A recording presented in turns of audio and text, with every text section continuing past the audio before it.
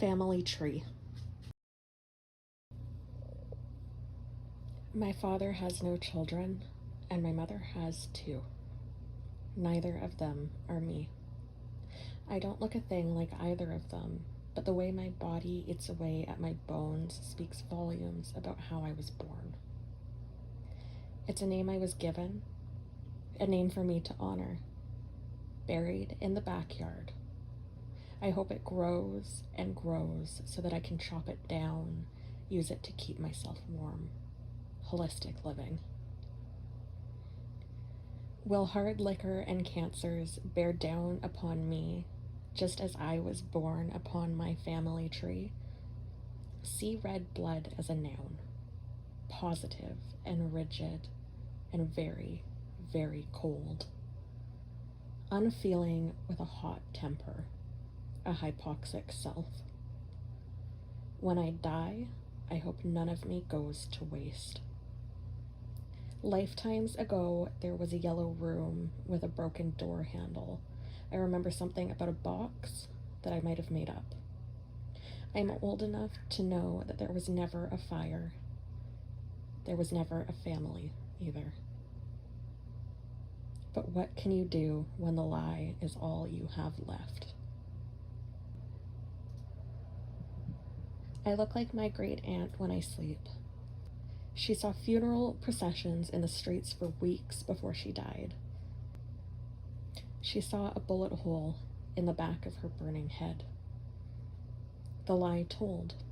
Her husband killed her. Messy lives taste better with a spoonful of sugar. I think it's so funny when you say things like, "You're such a wonderful person. Whoever marries you will be lucky." If nothing is permanent, why should I lock the door? When our bad blood runs like water, why would I expect you to be there for my birthday? Our fingerprints overlap, but I can barely make out your face, freckled and frowning. I feel like I'm supposed to apologize. My father has no name, and I was almost my brother. When I say I wish I was dead, I'm talking about you.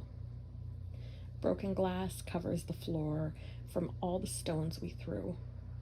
I think I was born in December. Our blood is cold and scorches the earth where it is spilled. I don't know what I mean when I say things like one day is only one day. You can still try again tomorrow. I was stillborn. The rest of me is just catching up. You look so sad when you see me. I would know. I have your eyes. I know what they look like when looking at something disgusting. You raise a child, it hates you. You try and try and try again forever and ever until you die. It still hates you. I could have been drunk at noon, but I have scars on my stomach instead, incisions where doctors saved my life and married me to this soil without consent, crooked lines where I opened myself back up so that I could finally get all the bad parts out. You didn't mean to have me, and you didn't mean to hurt me, but I'm still alive, and I have a weak heart sitting between broken ribs. I won't apologize because you don't deserve it, but I'm still waiting for yours.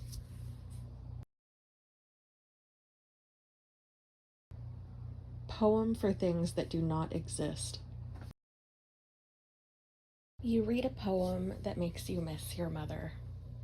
It is grief and broken bones and red shit you won't give a name to.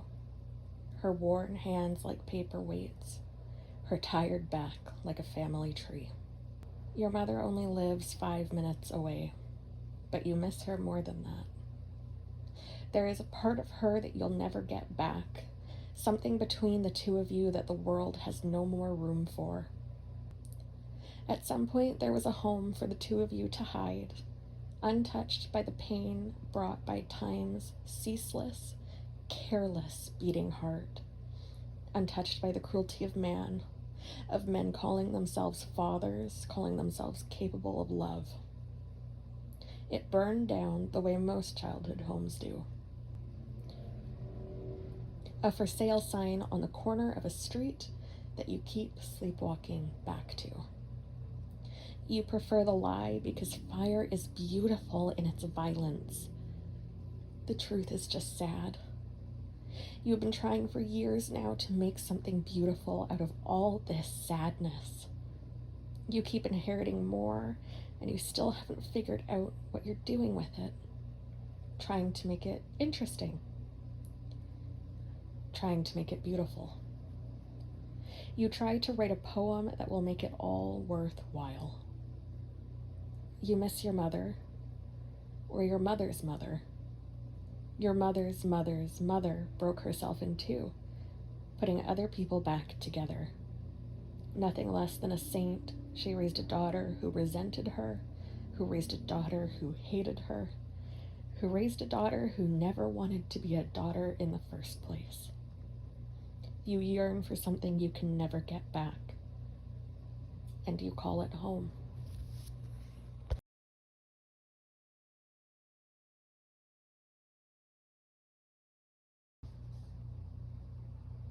Mothering.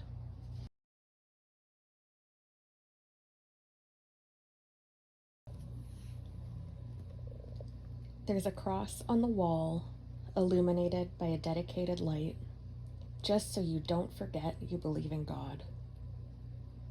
You tell me secrets over coffee, things we both already knew. I let you keep talking because it's been a while, and I forget what your voice sounds like. Maybe something like mine. In your eyes is something horribly misshapen, malformed, and furious. Eyes are mirrors in skulls, and yours are cracked deep and jagged, harsh lines running down the small length of your face. I went from a twinkle in your eye to a thorn in your side, to a stray piece of glass lodged in your skull, irritating enough to drive you crazy again. You give me a dose of me, healthy, and then a bit too much to be healthy. Your body is eating itself alive, and I am wondering why I haven't started crying. You gave me a name that I changed, a body I declared war on, that declared war on me. You're soft and malleable in my small hands, leaking through my fingers and pooling on the floor. I'm talking circles around you, digging a hole deep enough to reach the center of the earth and bury myself there for the winter. You can sing me the lullabies you used to, until I am grown into something beautiful. Tura lura lura, tura lura li. We talk a lot about peace, and you think it's cynical that I don't believe humans are capable of it. A good fight clears the air, after all. And I don't like the way those clouds look.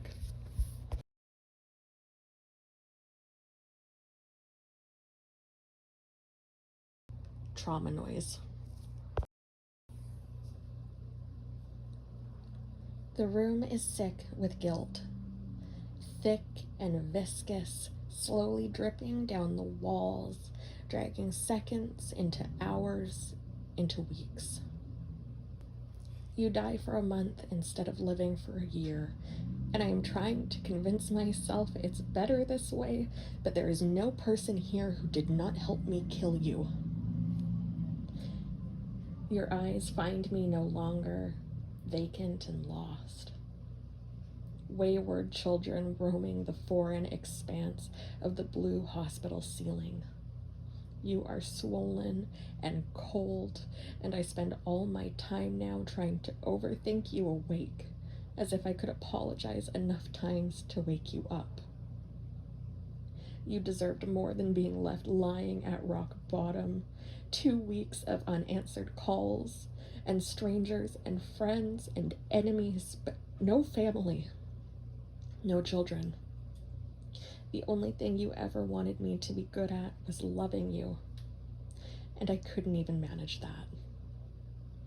My jaw is clenched to breaking until I am more pain than person.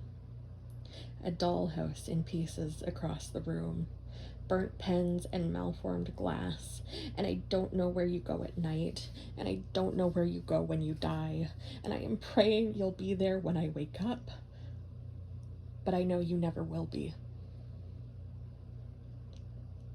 I was born here, and I never forgave you for that. This was your first crime, the one I have condemned you for. This pain is your pain, my inheritance, my namesake, my self-fulfilling prophecy. All I have to remember you by is your mistakes, your bottomless guilt. You were my age when I was born, and now these walls become your tomb, and Holy Mother, you become my perfect circle. I spent 19 years cultivating a perfect hatred, red hot and all-consuming. My resentment is old enough to drink me to death, and I would have killed myself to get rid of you, and I would kill myself to bring you back, but I am old enough now to know real miracles only happen to the people who aren't us. You will stay dead, and I will blame myself forever, for we are only as good as our regrets, and you are all of mine.